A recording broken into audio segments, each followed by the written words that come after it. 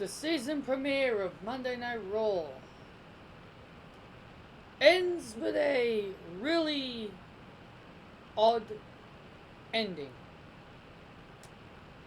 In my opinion, it was a pretty shitty ending to an overall very enjoyable show. So at the end of the show, for those who are wondering what happened, Seth Rollins was battling Rusev for the Universal Heavyweight Championship because at the start of the show, Rey Mysterio got assaulted by Brock Lesnar. But I'll talk more about that when we get to it. So Rusev challenged Seth Rollins for the Universal Championship. As the match progressed, out came Bobby Lashley, the most confused man on earth. Because that seems to be his big little gag, because I've seen a lot of memes about that about him being a confused man on earth. But either way, enough about that. Only people that would understand what I'm talking about would know that. But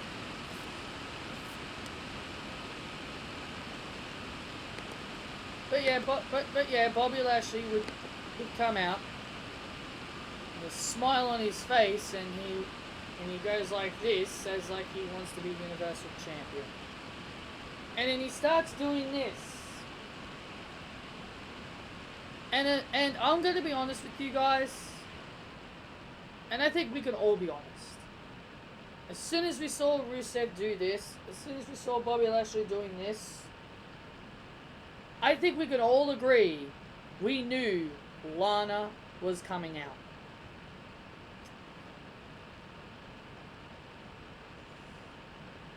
I think we all kind of predicted that was going to happen. Out came Lana. And she starts kissing Bobby Lashley. And Rusev is just standing there. He's just standing there. All Rusev was doing. He had his eyes closed at one point. He was just standing there with his hands like this. He was just standing there. He wasn't doing anything about Bobby Lashley kissing his wife. So, this gives me real big vibes of...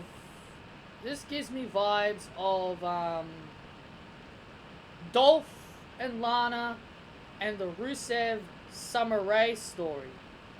If you guys remember that feud in 2015, that whole love triangle, yeah, it kind of reminds me a lot of that.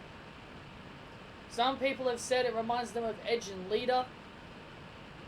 I don't think it does. I think it's more aiming towards the Dolph Ziggler Lana storyline. And I know a lot of people may disagree with me on this, but I think this is going to be leading to a mixed tag team match. Maybe not a mixed tag team match, but I'm pretty sure Rusev is going to get another woman.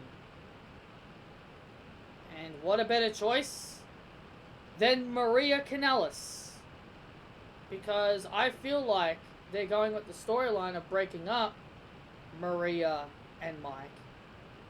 And I could definitely see Maria getting involved in this feud. Now I know what some people are going to tell me. They're going to say, but Maria said Rusev is not the father of her kids, so Maria is out of the equation. Not really. No, not really. Just because she said, nah, Rusev's not the father of my kid, doesn't mean she's written out of the story. They could still find a way to squeeze her in, despite that. she's in the outs with Mike right now. And when I was listening to her talk, she sounded like she had the hots for Rusev. You know, smiling about him, talking about him with a smile. You know, she sounded like she really liked him. Despite him not being the father of her kid. Which I don't understand why people are telling me this is a legit pregnancy. I don't think it is. I just don't think this is a real pregnancy. If this was a real pregnancy of Maria, she shouldn't be on television. She shouldn't. She shouldn't be on TV if she really is pregnant. I don't think she is. I think this is just a storyline pregnancy. Why would she... What? We all know, if this pregnancy is real, we all know her kid belongs to Mike Kanellis because they're married in real life. We know that that is Mike's kid because they're married in real life. This is why I'm assuming this is not a real pregnancy. Sure, people tell me it is, but I'm not convinced it is. Because if it is, why is she on TV? That's the thing. That's the thing I'm trying to tell you guys. There's going to be something that's going to happen. And I think Maria is going to get herself in this storyline with Rusev. Sure, people may not agree with it, but that's just what I think they're probably going to do. I think Maria is going to be in this story. I think she is. I spoke to one of my friends, and he agreed with me. He reckons Maria will be involved in this Rusev, Bobby Lashley, and Lana situation. Because, you know, she's in the outs with Mike. She's in the outs with Mike right now. And it doesn't seem like she cares about him. Why bother? Sure, she can't wrestle. But she can probably be his manager, but who knows? I just think Maria is going to be involved in this storyline. I truly think she will be. I think she will be. I just think she will. And if you guys think differently, then that's perfectly fine. But I think Maria is going to be in this storyline. So, okay, so now that that's over with, now I'm going to quickly talk about the stage and everything brand new about Raw. I love it. I love the new theme song. Skillet, I love their music. Skillet is a great band. Legendary, great song. Love it. The new stage, I really do like it. I really, really like the new stage. I heard some people say it looks like a slide, which I find pretty funny. But I love it. I love the new look. And I really hope SmackDown has a completely different look than Raw. I really hope they bring back the giant fist for SmackDown and, you know, come up with a brand new looking arena. I can't wait for Saturday. Because for those who are wondering, in Australia, we see SmackDown on a Saturday. So I get 3 days of break from wrestling. I'm not watching AEW. I'm not watching NXT. So I get 3 days break of wrestling. I only care about the main roster of WWE. People can watch whatever they want. So the show started off with Rey Mysterio. And we had Vic Joseph, Dio Madden, and Jerry Lawler on commentary. You know, I didn't mind the commentary team. Vic Joseph's great. I really do enjoy Vic Joseph. Dio Madden, this is the first time I've heard him. I think he's going to become a lot like Byron Saxton and David Otunga. I think he'll end up a lot like them. And Jerry Lawler, well, he's Jerry Lawler. We all know Jerry Lawler. So the show started off with Mysterio. He was cutting a promo, talking about his son Dominic, dedicating his Universal Championship match to him. And then out comes Brock Lesnar. Out came Brock Lesnar. And also, we've got Pyro again. That's another thing. Love it. I love the fact they brought back Pyro. Brock Lesnar had his Pyro. Great to see Pyro back in WWE. Greatly that was missed. That type of shit is what we need to really get people excited for the shows. I really did like the Pyro. Even though it was a little small bits of it that we got, but I really did enjoy the Pyro nonetheless. So Brock Lesnar beats the crap out of Mysterio. He literally beats the crap out of him. He goes outside. Dominic, Rey Mysterio's son, is at ringside. Brock Lesnar grabs Dominic and starts throwing him around, giving him suplexes and F5s. It was really crazy. It was crazy to see Dominic, Rey's son, in there just taking bumps. It was absolutely insane. It was literally insane. I actually enjoyed this opening segment. It was really good. I thought Brock really established himself as that asshole heel who doesn't give a shit about anyone. Giving him some momentum for Saturday. Friday for you guys, but Saturday for me. So yeah, it is what it is at this segment. I thought it was great. It was a good way to start off. I thought it was a good way to get the fans energetic and excited. So the first match that happened was Sasha Banks versus Alexa Bliss. Alexa Bliss had Pyro in her entrance, which was pretty good. When she did her signature hand phrase, Pyro went off. I thought that was very well done. That is perfect for someone like Alexa Bliss. And so yeah, I really enjoyed the Pyro that Alexa Bliss got. And Alexa Bliss loses this match. Sasha wins by a cheating tactic by pretending to call for Bayley. She was calling out for Bayley.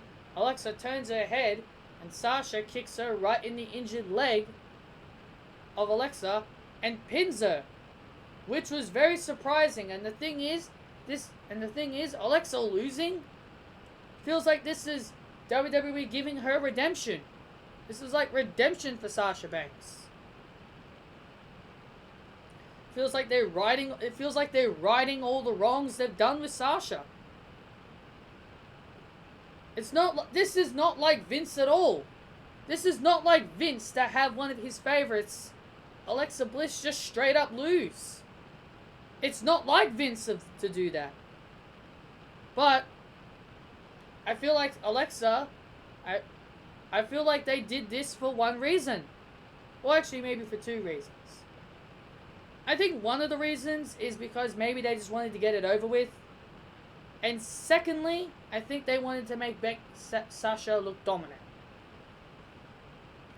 And thirdly, I think Alexa Bliss will be going over to SmackDown. I think it's all but given that she's going to be joining over on the SmackDown roster. And by the way, there's one more thing. This is something I'm going to pitch to you guys before I move on to the next segment. I'm going to go back to the Brock Lesnar situation. This is what I pitched. This is what I was thinking when I saw this.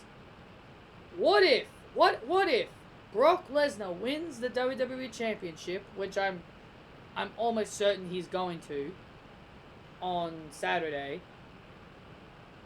and Rey Mysterio comes out and challenges Brock for the WWE Championship? Can you imagine that? Can you imagine Rey Mysterio challenging Brock Lesnar on an episode of SmackDown for the WWE Championship as revenge for what Brock did to him on Raw and what he did to his son Dominic? I think that is a idea. I think that is a great idea. That's just something that I thought of. You guys let me know down below if you guys agree with it or not. Next we had the glorious tag team of Bobby Roode, or Robert Roode, excuse me, and Dolph Ziggler versus Heavy Machinery. Otis got a photo with Mandy Rose on SmackDown, so it seems like Mandy Rose was his good luck charm in this match. And the Heavy Machinery put up a valiant fight But then, at the end of the day, it was no cigar for the machinery. As Bobby Roode nails the glorious DDT to Tucker Knight and pins him. And the Raw Tag Team Champions retain the titles. Next we had Hulk Hogan and Ric Flair on Miz TV. I really did not care for this. And at Crown Jewel, yes, Crown Jewel, they're still sticking with that pay-per-view. Despite that pay-per-view was literally one of the worst pay-per-views in 2018. They're going back to Saudi Arabia again with another pay-per-view called Crown Jewel. I wish they just brought back Evolution. I wish they brought back Evolution. They need to... this stupid Saudi Arabian shit needs to stop. Especially since the women can't go to these events. This is why we need Evolution. Because the women keep missing out. The women are missing out. So how is it fair? How is it fair for WWE to go to Saudi Arabia and they're not going to give the women back with another Evolution pay-per-view? It's bogus. We need an Evolution pay-per-view. Another one.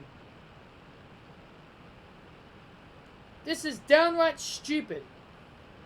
The fact that we're continuously getting Saudi Arabian events every year, but we're not going to get a women's pay-per-view every year. Bullshit, WWE.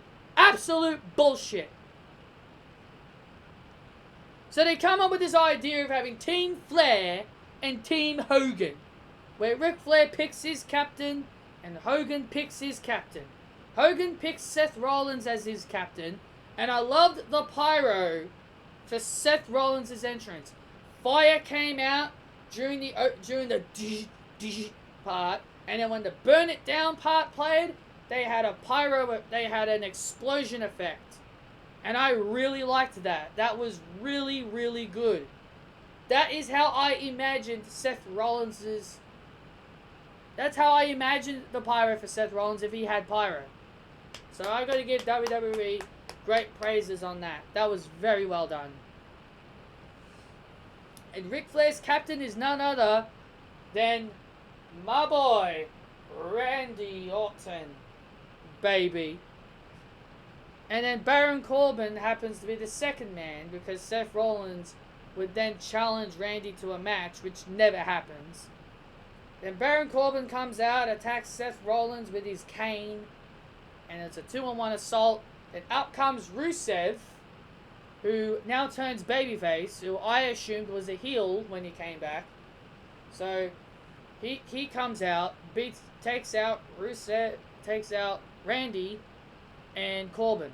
So Rusev is now a babyface. We had the Viking Raiders taking on the OC. Again, it's better than them being in squash matches, in my opinion.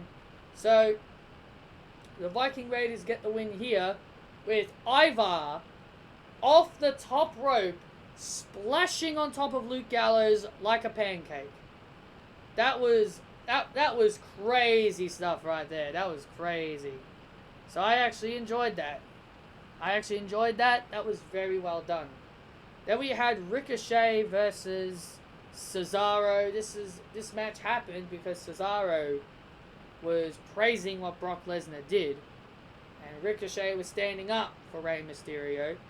Ricochet gets the win here, obviously, and that's all I can say about that. Brock Lesnar, Paul Heyman spoke backstage, sending a message to Kofi, and about how Vince McMahon's to blame for Brock Lesnar's attack on Rey and Dominic. It is what it is. It is what it is with that.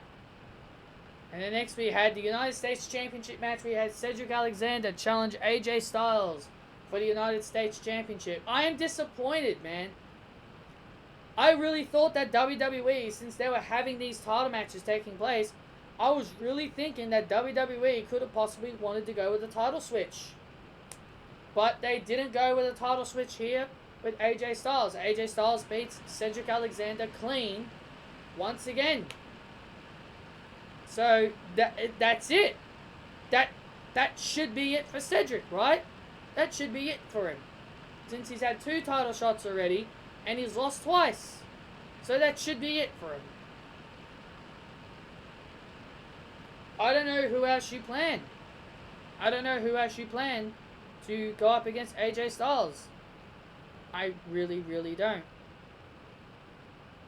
Maybe Ricochet again? I don't know.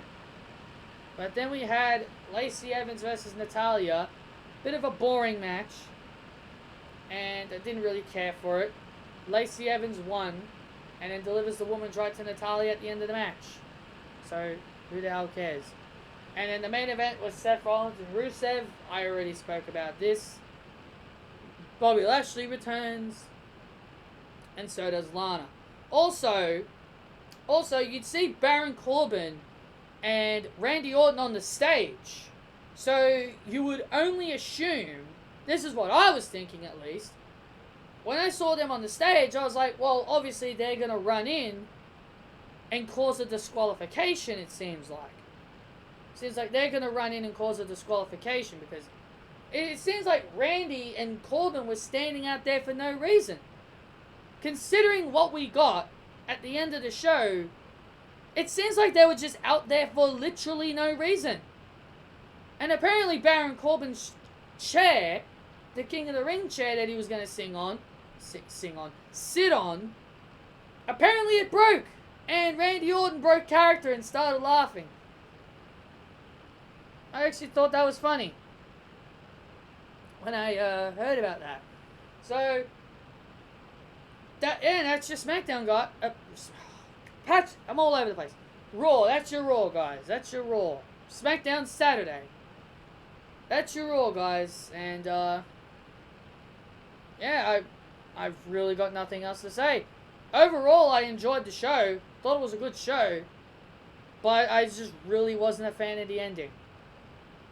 It was a bit messy in the middle, like Lacey and Natalya didn't care about, didn't really, I think that was like, I really didn't care for Lacey and Natalya, didn't really, I just didn't care for that match. I think the other matches were just a bit too quick.